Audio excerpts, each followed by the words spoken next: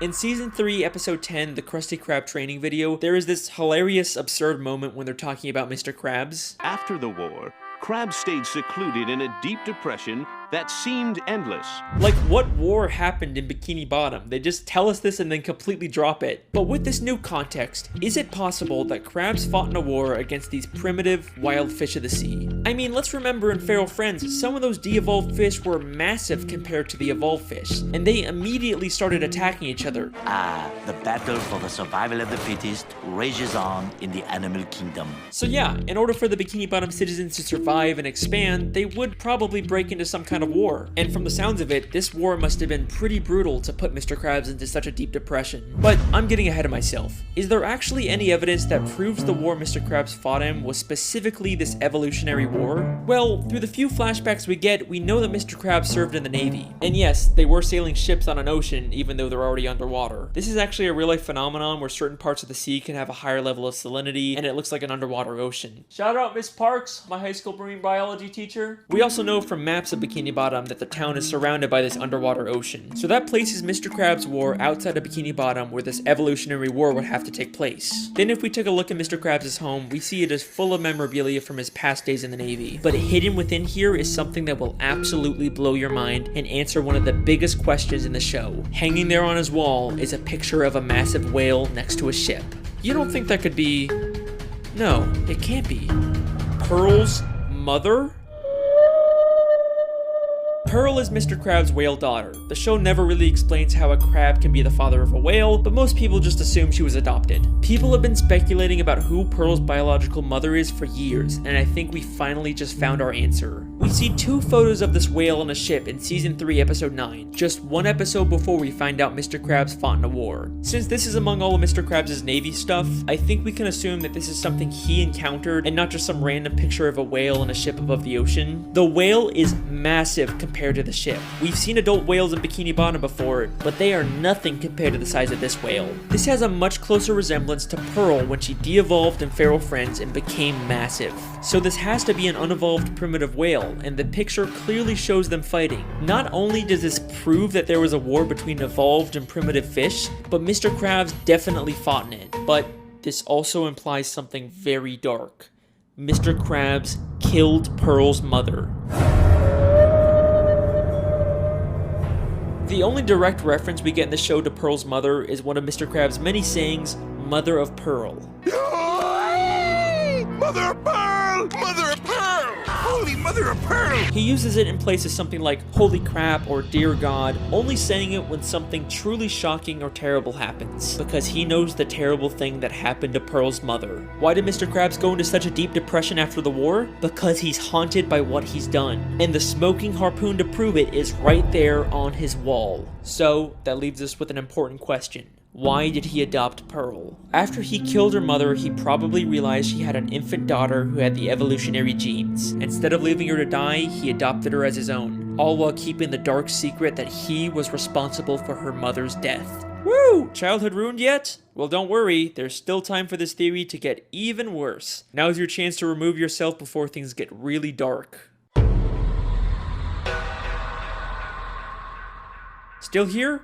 Okay, so here's a fun question. What's the deal with all the pets in Bikini Bottom? How come most fish are basically humans, but a snail or a worm acts like a pet? Well, just like humans have domesticated wild animals, it should be no surprise that evolved fish have domesticated primitive fish as pets. Unlike the massive primitive fish that the Bikini Bottom citizens had to go to war with, there's also smaller primitive fish like jellyfish, snails, spirit worms, seahorses, and clams that the Bikini Bottom citizens were able to form a symbiotic relationship with. Aww, and I thought you said this was gonna be the dark part, Alex. They're living peacefully together. That's nice. Okay, you got me. Here's another fun question. Where do the citizens of Bikini Bottom get their food? I mean, sure, some of it is plant-based, but there sure does seem to be an awful lot of meat-based food under the sea. I think you know where I'm going with this. The Bikini Bottom citizens eat primitive fish. Haha, it's not cannibalism if they're less evolved than you, right? There's no moral dilemma there. In Season 3, Episode 13, we see direct proof of this when the characters go fishing for primitive clams. This is something completely normal in this world. And then there's the chum bucket,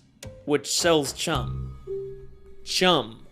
Chum is literally just ground up fish. The show isn't even hiding this. Now, we don't really see too much of the meat harvesting side of Bikini Bottom, and I'm not surprised they're keeping it on the DL, you know, with the whole cannibalism thing, but there is one secret to making food that is kept more secret than anything in Bikini Bottom. The best kept secret in the entire show. You already know what I'm gonna say. The Krabby Patty secret formula. Throughout the show, there's been lots of contradictory evidence about the Krabby Patty secret formula. In season 4, episode 7, Mr. Krabs says it's an old family recipe. Your mother knows the Krabby Patty formula? Of course she does! It's an old Krabs family recipe! But in season 5, episode 1, apparently Mr. Krabs discovered it on his own by accidentally mixing random ingredients together. I've done it! I discovered the perfect patty batter!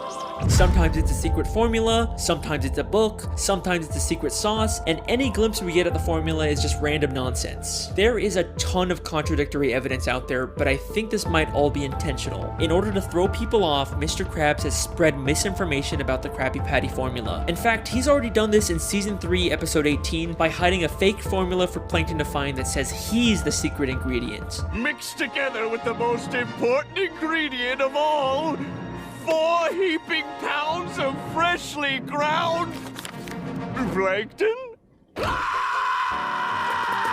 And the contradictions aren't just inside the show. Even one of the SpongeBob crew members once said that Krabby Patties are vegetarian and contain no meat. But I've always been a little suspicious about what the creators say. They've also said that they're not allowed to show fish as food, except they clearly do with chum, clam fishing, and all the many gags where fish turn into food. It's almost like they're not allowed by Nickelodeon to publicly acknowledge this because that could create a controversy, but they could still sneak this dark secret into the show. So what is the true secret ingredient? Where does the meat really come from? It's strange, we never really see Mr. Krabs get the meat delivered, or at least go out himself to get it. It's almost like he has all the meat he needs stockpiled somewhere.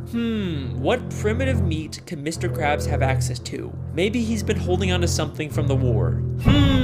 What could Mr. Krabs have killed during the war that he doesn't want anyone to find out about? Something big enough to supply him with meat for years without needing more.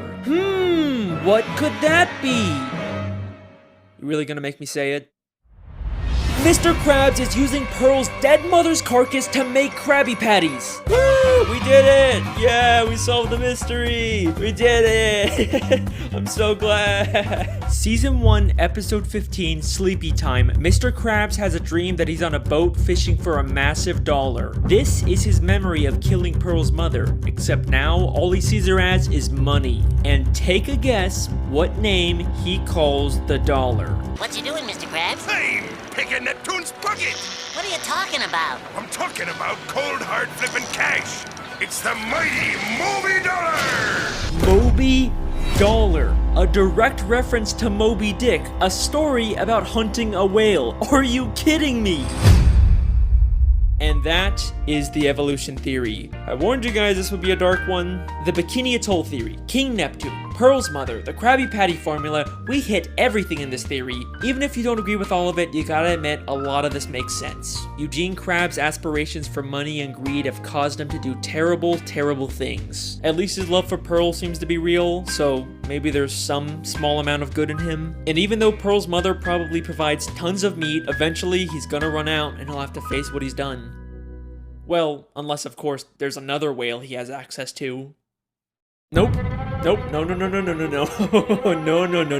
Mr. Krabs wouldn't do that. He loves Pearl. He's not just raising her for Krabby Patty meat. Even Mr. Krabs isn't that much of a monster. From every side I've ever seen to the sweetest sound I've heard, I'd gladly give up everything for all the money that I've earned. Huh. Well, alrighty then, that's the end of that theory. Just gonna end it here before there's any more dark plot twists. You guys have been insanely supportive with these SpongeBob theories, so I guess I have to make more. I've been your host, Alex Bale.